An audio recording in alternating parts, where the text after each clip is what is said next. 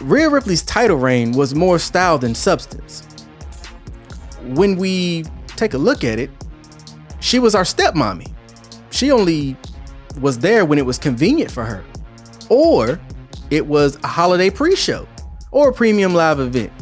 She was doing Roman Reigns' schedule, but the only reason we didn't pay attention to it was merely the fact that she was on TV with the Judgment Day.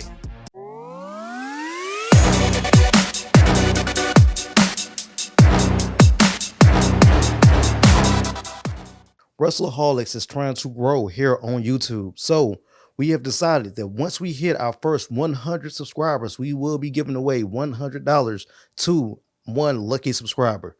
And thereafter, every 100 subscribers, $100. So tell a friend, tell a neighbor, economy is rough, okay? You need gas money, need grocery money, you need money for WWE or AEW shows or merch. Hey, here's a chance at the easy $100. All you got to do, hit the subscribe button. What's going on, everybody? My name is Wanye Picante, and you are tuned in to Wrestlaholics Media. You are getting an exclusive video today. There's a topic that we have to look at. So, as you've seen probably in the news, in the media, or what have you, you've seen the uptick in women's professional athletes. So, as you've seen, Caitlin Clark, Angela Reese, both of those being big names that people have associated with and have become a household name. But I want to talk about today is WWE tricking us with the women's equality. What? Bro, what are you talking about, man? So, I want to welcome everybody to the Wanye Picante video. I want to thank everybody for watching, and by now you understand, hey, I'm going to be, no pun intended, wrestling women's equality as it pertains to the women's championships. So the first thing, I want to make a statement. I think we have to address the stale chips of WWE. Yes, I am talking about the stale women's championships. So the first one that we'll look at, Rhea Ripley. I know you love her, you miss her. Get well, Rhea. We want your surgery and time off for your injury to go smoothly. But Rhea Ripley's title reign was more style than substance. When we take a look at it, she was our stepmommy. She only was there when it was convenient for her, or it was a holiday pre-show or a premium live event. She was doing Roman Reigns' schedule, but the only reason we didn't pay attention to it was merely the fact that she was on TV with the Judgment Day. Majority of the time, she honestly only showed up as the eye candy. She would be with Dom. She would be with Finn, JD, Damian Priest. We would see her in vignettes backstage, but it didn't showcase her ability to wrestle or to have a strong title reign. It honestly, I hate to really do a callback. She was more so a Trish Stratus. Oh shit. She just kept us entertained. She was nice to look at. I know I'm hurting you. I know I'm hurting your feelings. I know. But seriously, ask yourself, who did Rhea Ripley wrestle during her title reign?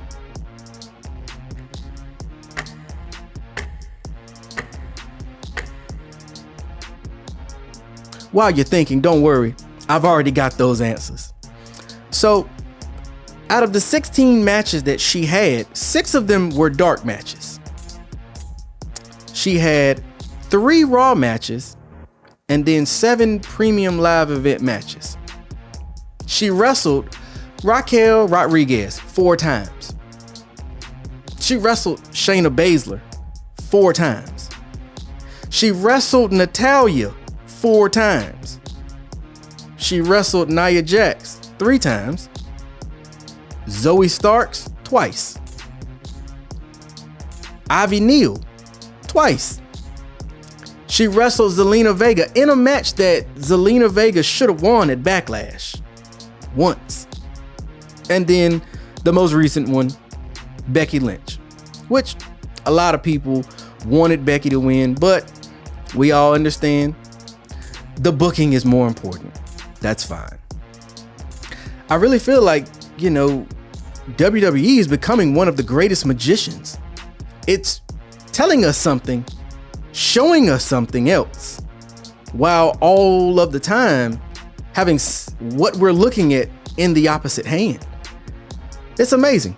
But moving on,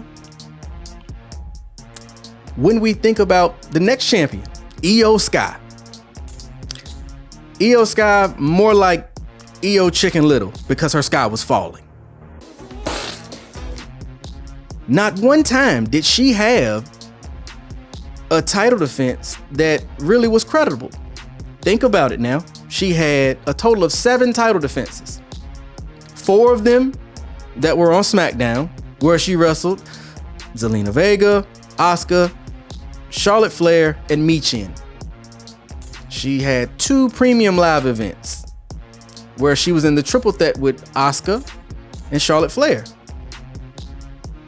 Then she, quote unquote, defeated Bianca Belair to retain her title again.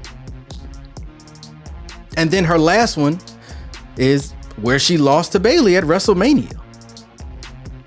Io Sky has never won a match that really made me say, wow, I'm really impressed with her. Let's really slow down and think about it. Io Sky won Money in the Bank only to be a transitional champion.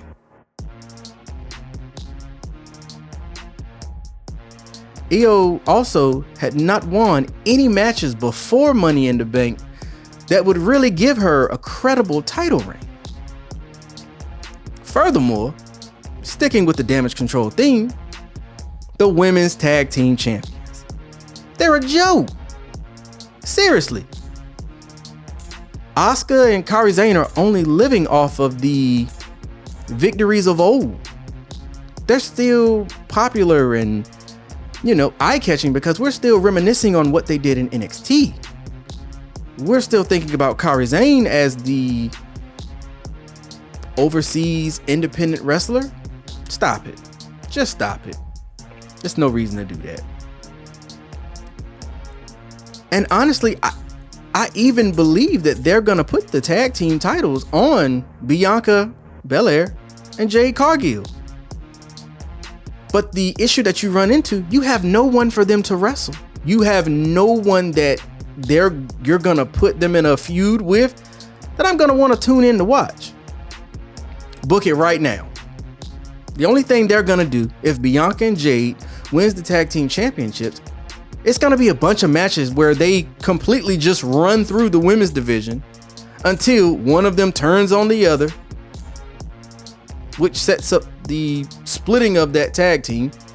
But then you run into the same problem because you have no one else as far as women's tag teams that, number one, are credible. Number two, that you really want to see. I mean, even if you do put the tag team titles on Bianca and Jade, it's gonna be a meaningless accolade for Jade.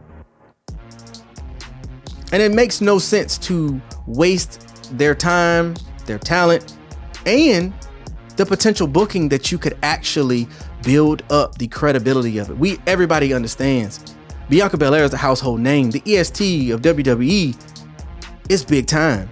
That's real money. Jade Cargill, the contract that she signed, the draw that she gives, it's top notch. That's main event. But hopefully, in true WWE fashion, we don't pull some AEW booking. i.e., waste the talent, waste the time, waste the title reign. Going back to the current tag team champions, even at WrestleMania, let's think about it. They weren't really a main factor. How do you have champions that don't matter? How do you have individuals who represent an entire division but are no substance, but have no real plight. They're just there. They're just somebody to put the titles on. Furthermore, when we take a look at the unification of the women's tag team titles and the NXT tag team titles, what's the purpose of unifying them if you're only gonna have one title defense on NXT? That serves no purpose. If anything, you should have left titles down in NXT and then gave us champions that either A, float between Raw and SmackDown, or, which honestly, it would be overkill if you gave Raw women's tag team champions and SmackDown women's tag team champions. But I digress. Well, I'd like to thank you for tuning in to WrestleHolics Media and stopping in with your boy, Wanye Picante. If you haven't followed us on YouTube, please do so. If you haven't subscribed, go ahead and turn on those subscriptions and turn on those notifications so you don't miss any of the great content that you're gonna get from WrestleHolics Media. Again, my name is Wanye Picante, and I thank you for listening.